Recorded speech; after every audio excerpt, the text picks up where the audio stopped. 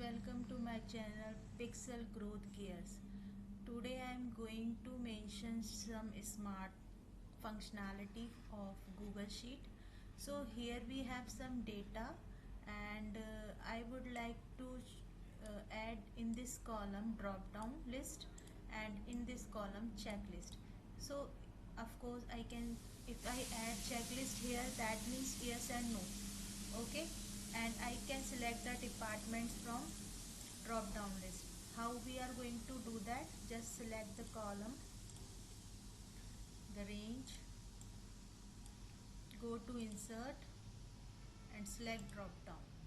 Okay, in this right panel we will have these options, so you can choose specific colors for all departments.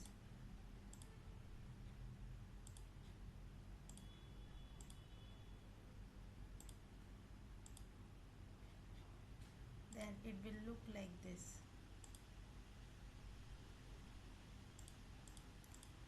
Looking good, right? Colorful and all.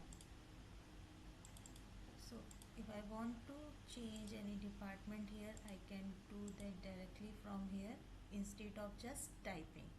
Now I want to change it to some smart options so the sheet will look good and we can easily use that.